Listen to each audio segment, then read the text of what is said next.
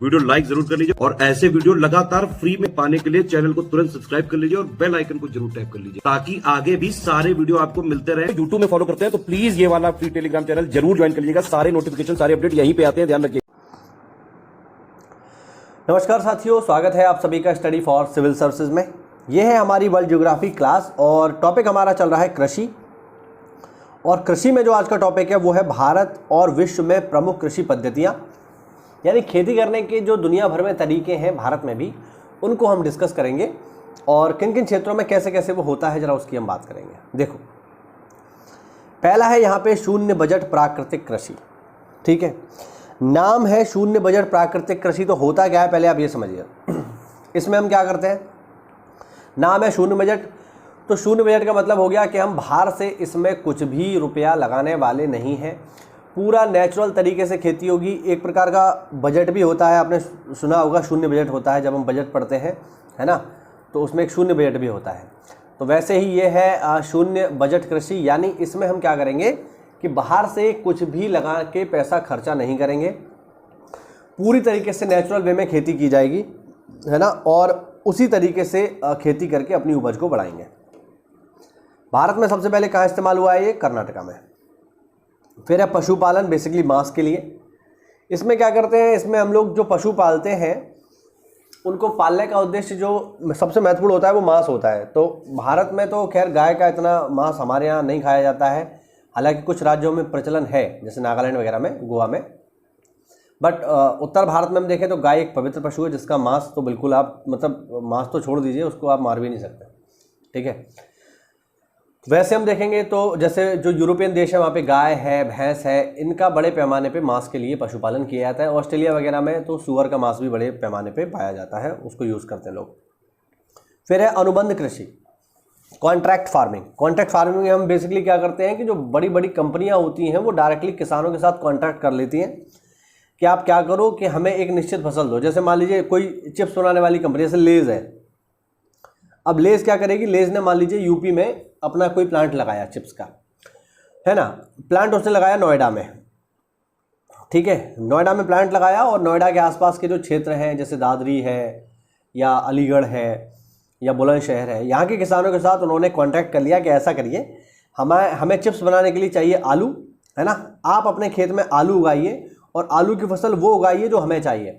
इसके लिए हम क्या करेंगे, आपको आलू के अपने बीज देंगे खुद से। ठीक है, हम आपको बताएंगे उसको कैसे तैयार करना है, कब फसल देना, कब फसल लगानी है, कब दाना पानी, जो भी है वो सब कुछ कंपनी बताएगी। आपको कंपनी की रिक्वायरमेंट के हिसाब से उसके तरीके की फसल उगा के देनी है। ठीक है, आप उगा करके देंगे, कंपनी खेत से उसको उठा ले जाएगी, बदले में आपका जो पैसा तय हुआ है, जो कॉन्ट्रैक्ट में पैसा लिखा हुआ है कि इतने किलो का इतना रुपया आपको मिलेगा, वो आपको पेमेंट कर दिया जाएगा। ठीक है, अगर उसमें कुछ कमी होती है तो फिर कॉन्ट्रैक्ट के अनुसार उसमें जो भी शर्तें होंगी उनका आपको पालन करना पड़ेगा। ठीक है, तो ये होती है कॉन्ट्रैक्ट फार्मिंग, अनुबंधित कृषि। ठीक, भारत में जो सबसे ज़्यादा इस कृषि का इस्तेमाल है वो पंजाब करता है। ठीक है, वैसे हम देखें तो टमाटर की अनुबंध कृषि पंजाब, हरियाणा, राजस्थान में की जा रही है। टमाटर की क्यों की जा रही है, क्योंकि इससे टमाटो केचप बनता है, सॉस बनती है।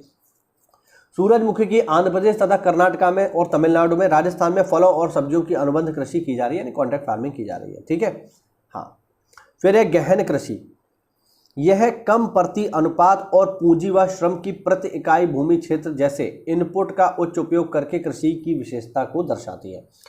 गहन कृषि का मतलब क्या है भैया, गहन कृषि का मतलब है कि यहाँ पर हम डेंस फार्मिंग करेंगे, बढ़ती हुई जनसंख्या की आवश्यकता को पूरा करने के लिए प्रति हेक्टेयर या प्रति एकड़ अधिक फसल उपजाई जाएगी।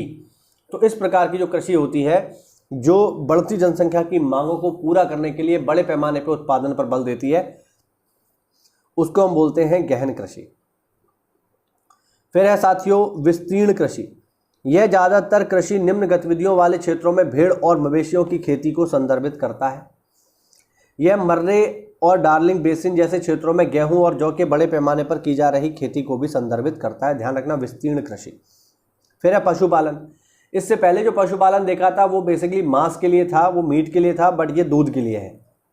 ठीक है, तो इनमें बेसिकली हम क्या करते हैं कि उत्तरी अमेरिका का जो प्रेयरी और पश्चिमी तटीय क्षेत्र है वहाँ पर ये बड़े पैमाने पे होता है दूध के लिए। साउथ अमेरिका का वेल्ड क्षेत्र है, ठीक है, मतलब साउथ अफ्रीका का। साउथ अमेरिका का लानोस और पंपास क्षेत्र है। ऑस्ट्रेलिया का डाउन्स और न्यूजीलैंड का शीतोष्ण घास के मैदान है।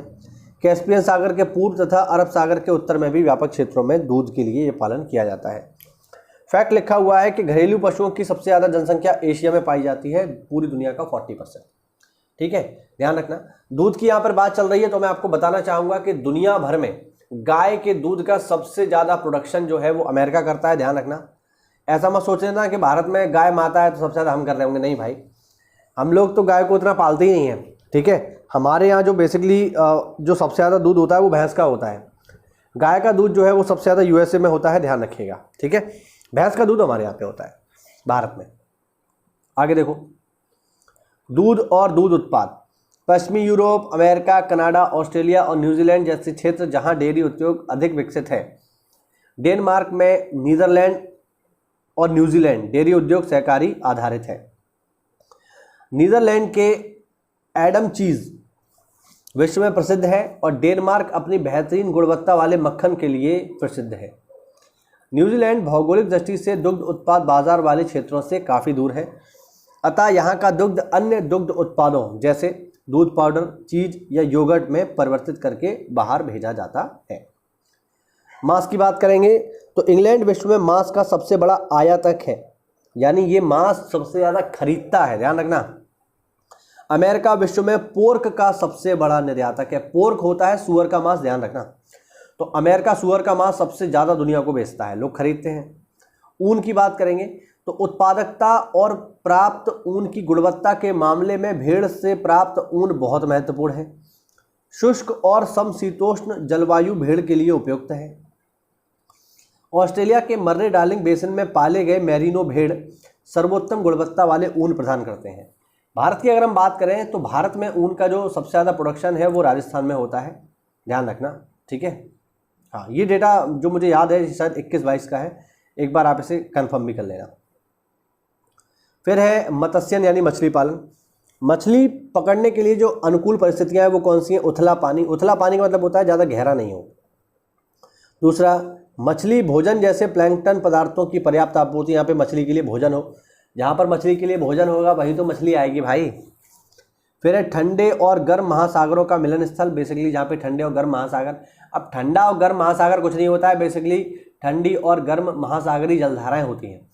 अगर आप मेरे को प्रॉपरली फॉलो कर रहे हो तो मैंने आपको महासागरीय धाराएं पढ़ाई थी, उसमें मैंने आपको बताया था कि जहाँ पर ठंडी और गर्म जलधाराएं आपस में मिल जाती हैं। जैसे आप देखोगे तो दक्षिणी गोलार्ध में एक आपको द्वीप मिलेगा, ठीक है, फाकलैंड, ठीक है, साउथ अमेरिका के पास। वहाँ पर हम देखते हैं कि ठंडी और गर्म जलधारा आपस में टकरा जाती है तो वहाँ पर फिश बैंक बनता है। ये सब मैं आपको ऑलरेडी पढ़ा चुका हूँ। तो वहाँ पर बहुत ज़्यादा आपको मछलियाँ मिलेंगी, तो वो एक फिश बैंक है। कोल्ड स्टोरेज और तेज परिवहन की उपलब्धता साधन। विश्व के प्रमुख मत्स्य पालन क्षेत्र 40 से 60 डिग्री अक्षांशों के बीच पाए जाते हैं। 20 डिग्री से कम तापमान वाले जलवायु क्षेत्र समुद्री जीवन के लिए सर्वोत्तम है। अब देखो, ये लिखा भी हुआ है, जो मैंने आपको पॉइंट बताया वही है। ग्रैंड बैंक न्यू फाउंडलैंड अपने बृहद मत्स्य क्षेत्र के लिए प्रसिद्ध है। अब आपको समझ में आ रहा होगा कि प्रसिद्ध क्यों है, क्यों यहाँ पर मछलियाँ सबसे ज़्यादा होती हैं, ये आपको समझ में आ रहा होगा। तो साथियों, ये हुआ आज का हमारा टॉपिक। पूरा छोटा सा टॉपिक था जिसको हमने कवर किया।